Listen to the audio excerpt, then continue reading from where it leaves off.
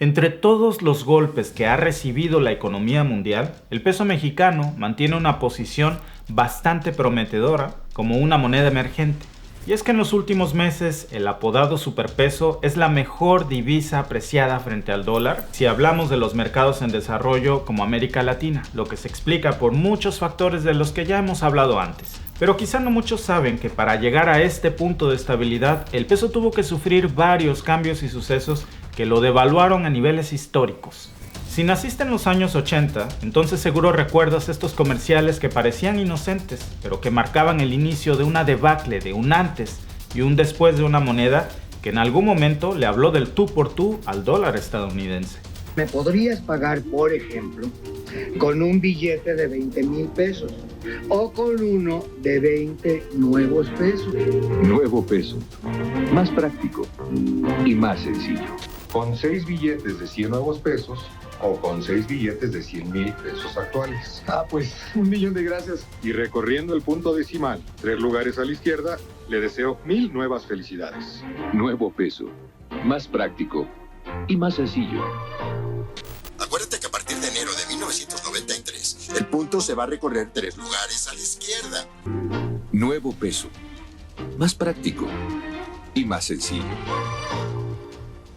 Estos comerciales fueron parte de una campaña del Banco de México para promover el uso de los llamados nuevos pesos, por allá de comienzo de los años 90.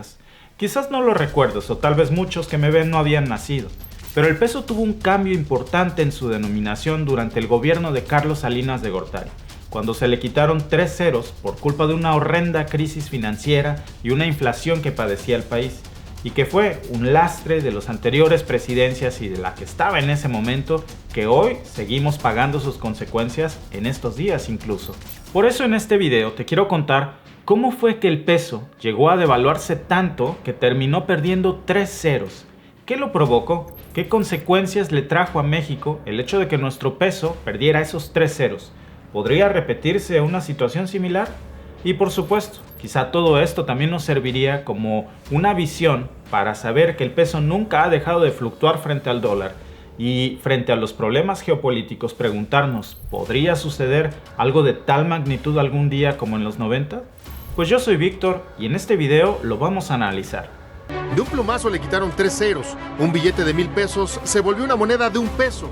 Que los precios llegaron a crecer tanto que ya no cabían en las máquinas registradoras. Eso es lo que hace la inflación, mete mucha incertidumbre, los empresarios no ejecutan sus planes de inversión, baja la producción, baja el empleo. Si no se controlan variables tan importantes como la inflación, terminan afectando a las familias que menos tienen.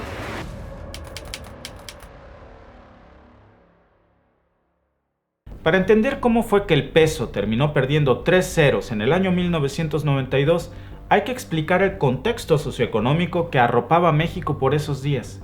Concretamente, entre los 50s y los 70s, cuando se vivió el llamado Milagro Mexicano, un modelo que se empleó a lo largo de 3 presidencias para desarrollar de forma sostenida y a largo plazo la economía de México, dándose una transición del grueso de la población mexicana de lo rural a lo urbano. En esos años, México hizo una inversión muy fuerte en los sectores industriales y en la infraestructura para adecuar las comunicaciones y optimizar la energía eléctrica. Y es que México se había comprometido con empresarios, trabajadores y campesinos para generar tasas de rentabilidad mucho más elevada. Eso lo logró reduciendo impuestos, solventando la balanza de pagos y recuperando empresas bajo entidades estatales. Los gobiernos que manejaron ese modelo por tantos años también se encargaron de acentuar mucho la corrupción y el despilfarro de nuestros recursos, sobre todo tras descubrirse enormes yacimientos petrolíferos por parte de Pemex, Petróleos Mexicanos, lo que acrecentó las reservas mexicanas del famoso oro negro a más de 100,000 barriles gracias a una fiebre por la extracción, y cuyas ganancias, en lugar de invertirse en la calidad de vida de la gente, cayeron en manos equivocadas, en manos de corruptos. Para entonces, México ya cargaba una deuda externa enorme, cerca de 100,000 millones, y a principios de los 80s, el sistema bancario nacional sufrió la cancelación de créditos exteriores para refinanciar sus arcas ante una devaluación del peso frente al dólar. En ese momento pasó de 27 a 70 pesos por dólar. Y como consecuencia, el entonces presidente José López Portillo decretó la expropiación de los bancos e impuso un control de cambio. Y tan solo un año después, ya con la economía en recesión, Miguel de la Madrid creó el fideicomiso de cobertura de riesgo cambiario llamado Ficorca, al tiempo que también obtuvo un préstamo exterior para subsanar el déficit fiscal, reactivar el sector empresarial y también refinanciar la enorme deuda externa que teníamos. Todo esto impactó muy fuerte en la economía interna de México. La actividad productora llegó a disminuir hasta en un 7% del PIB en aquellos años, con un endeudamiento del 400% tan solo en una década, lo que provocó una devaluación bestial del peso mexicano frente al dólar, alcanzando picos de inflación de hasta 3.700% a finales de los 80. Con este panorama en manos, el presidente Miguel de la Madrid se vio obligado a implementar una nueva política monetaria para cortar la diferencia entre el salario medio del mexicano y los enormes picos de inflación. Así que aprobó un cambio de denominación en los pesos, agregándole 3 ceros al valor de cada moneda y billete. Entonces 10 pesos pasaron a ser, por ejemplo, 10,000. Al mismo tiempo, las empresas paraestatales, que son las que cooperan con las secretarías del Estado, fueron desprivatizadas, o sea, dejaron de ser independientes para ser parte de la esfera de influencia federal y actuar acorde a esos objetivos. En ese sentido, fueron las entidades de crédito, finanzas y seguros y fideicomisos los que pasaron a ser muy prioritarias para el país. Pero esto no rebajó la inflación y la devaluación del peso. Y luego cuando llegó Carlos Salinas de Gortari al poder, con un margen de casi 2.300 pesos por dólar, de inmediato volvió a privatizar cientos de empresas en todos los sectores, en muchos casos operando con mecanismos de corrupción para básicamente venderlas a precio de gallina flaca a los grupos empresariales con los que él tenía amistad, convirtiendo a un selecto grupo de sus amigos en supermillonarios. Ya a principios de los 90s, el entorno social, económico y político tan inestable terminó por estallar. Y por eso esta década es recordada como una de las más negras, pero también de las más importantes para la historia de México. El ambiente político, la deuda pendiente, el dólar multiplicando 15 veces su valor respecto al peso, una devaluación acumulada de casi 500%, provocaron una fuga enorme de capital extranjero, amenazando directamente el aparato productor mexicano y llevando a la banca a una crisis que incluso antes de que explotara por completo, obligó a Carlos Salinas a reestructurar el sistema monetario, quitándole 3 ceros al peso mexicano en 1992.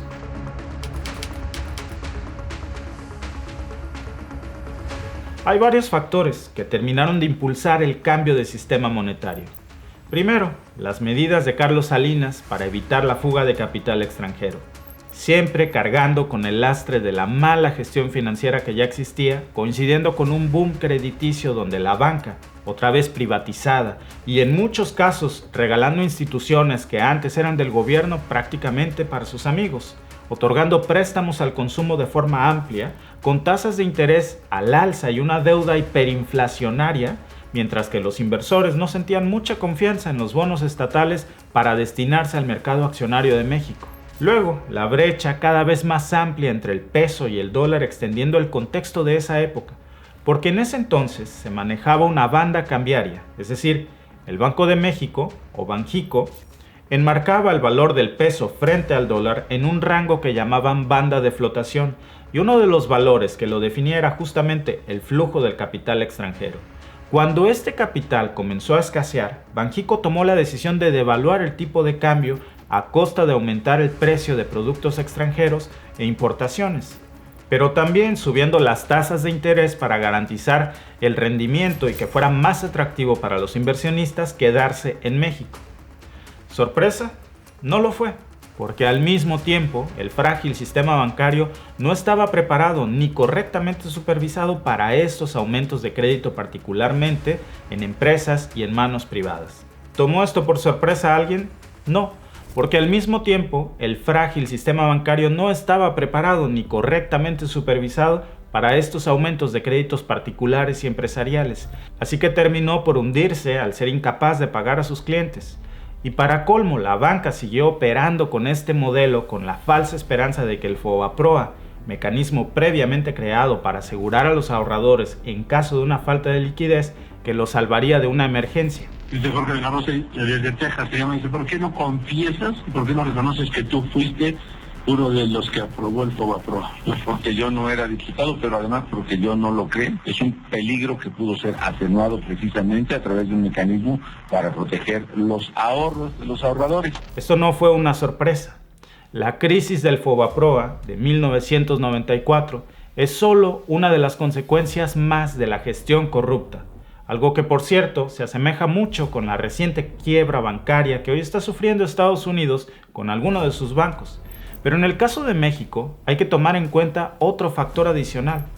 En diciembre de 1992, México, Estados Unidos y Canadá firmaron el famoso Tratado de Libre Comercio de América del Norte, o TLCAN, fomentando un escenario comercial honesto y beneficioso entre los tres, teniendo la fabricación y comercio entre fronteras de diversos rubros como principal fuerte para esto. Es decir, se mejoraron las relaciones comerciales entre México y sus vecinos del norte.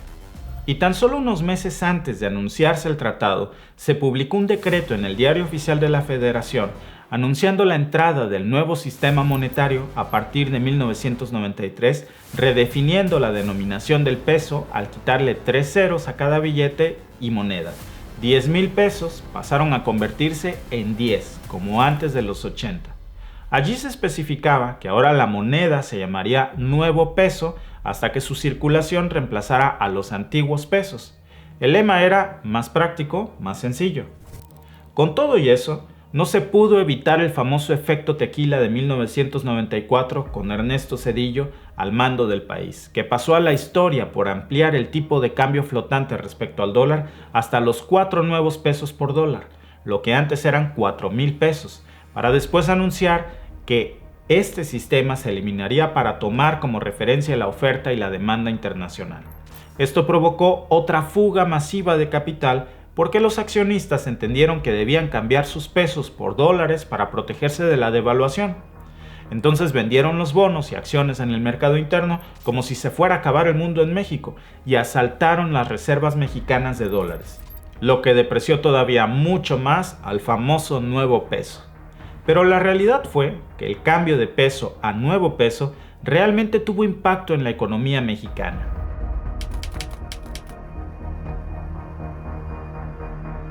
Bueno, México pasó de tener una inflación acumulada al momento de hacer el cambio nominal de 3.7 a la actualidad con 7.6 según datos recientes.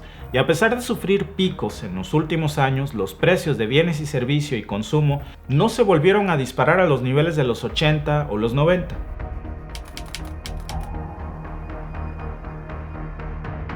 En parte, el control inflacionario se explica por el poder independiente que goza el Banco de México desde 1994. En teoría, no hay autoridad o empresa que pueda exigirle concesión de crédito o adulterar el valor del peso con un sistema de tipo de cambio, como en su momento fue la flotación. Claro que no somos ajenos a la realidad corrupta que rige a nuestros países, pero a simple vista, esto ha permitido siempre una mayor estabilidad y credibilidad de la moneda mexicana.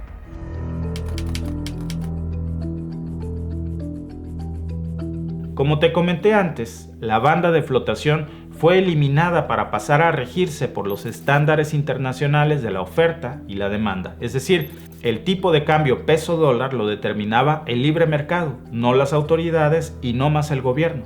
Aunque no hay influencia directa en el aumento de precios y consumos para la población, esto sí ha mejorado la apreciación del peso como moneda emergente en los mercados de un tiempo para acá.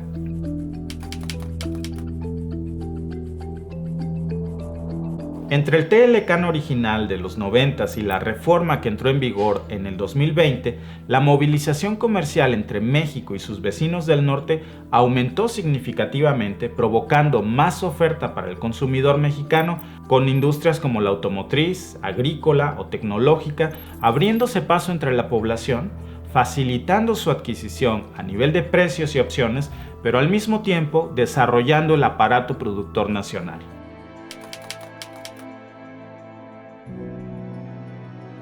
Más tarde, de hecho, en los 90s, entre la turbulencia política, la fuga de capitales y la política expansionaria de los bonos con pagos asegurados en dólares, provocaron que la crisis bancaria, coronada por el fallo del FOBAPROA, ocasionaran una venta masiva de bonos y acciones que debieron pagarse inflando artificialmente el peso y vaciando las arcas de las divisas. Pero a finales de esta época, la diferencia era de 8 nuevos pesos por dólar. Y aunque desde entonces México ha manejado sus finanzas más o menos bien, si lo comparamos con otros países que sufren picos de inflación tremendos, el peso transita actualmente de una devaluación de largo plazo a una apreciación frente a monedas extranjeras como el dólar. Pero todo esto fue lo que le sucedió a México en un momento determinado de la historia y hasta hoy goza de una posición, si se quiere, próspera como mercado emergente. Pero como ya hemos hablado en anteriores videos, esta situación se mantiene siempre ligada a un panorama internacional muy inestable. El desarrollo de la pandemia y, por ejemplo, los bloqueos de China con las cadenas de suministro y la guerra en Ucrania.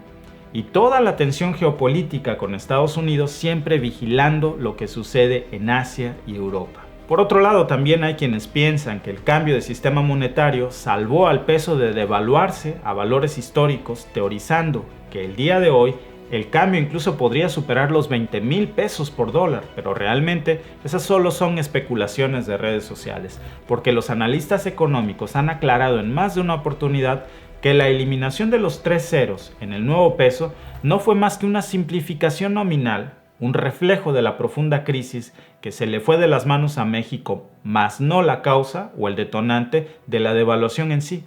En realidad hoy el dólar es hasta 60 veces más caro que el peso mexicano en aquella época, pero nada tiene que ver eso con quitar o ponerle ceros a la moneda. Eso no habría hecho diferencia alguna, como sí lo hace medir, por ejemplo, los aspectos que fortalecen o devalúan una moneda de cara al exterior.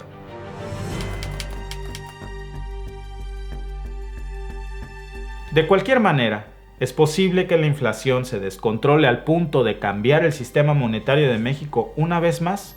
Afortunadamente, los expertos estiman que a simple vista no, porque el contexto y los baches financieros o políticos que puede tener México hoy no son los mismos que en esa época turbulenta. Hoy el peso goza de la apreciación respecto al dólar, comparándola con el resto de las monedas latinoamericanas e incluso de muchos otros países. Además que las reservas mexicanas están creciendo a raíz del ingreso de remesas, la actividad económica y las transacciones, gracias a los tratados que actualmente tiene México con Estados Unidos y Canadá, que sin duda han impulsado el aparato manufacturero del país, tanto que hoy se está volviendo México un punto de interés para casi todas las empresas del mundo. Aunque en general, hoy México podemos decir que cuenta con mejores reservas y un tipo de cambio más flexible que antes, armas cruciales para mantener la fortaleza de nuestro peso, al mismo tiempo que Banxico nunca se ha cerrado a evaluar la puesta en circulación de nuevos billetes con denominaciones altas, pero solo al tiempo que esto sea necesario. ¿Y tú qué opinas de que la inflación se haya devorado los ceros del peso mexicano? ¿Crees que estamos mucho mejor ahora que antes? Y lo más importante, ¿que esto podría repetirse algún día? Déjamelo abajo en los comentarios. Y si te ha gustado este video, no olvides suscribirte. Te veo en la próxima.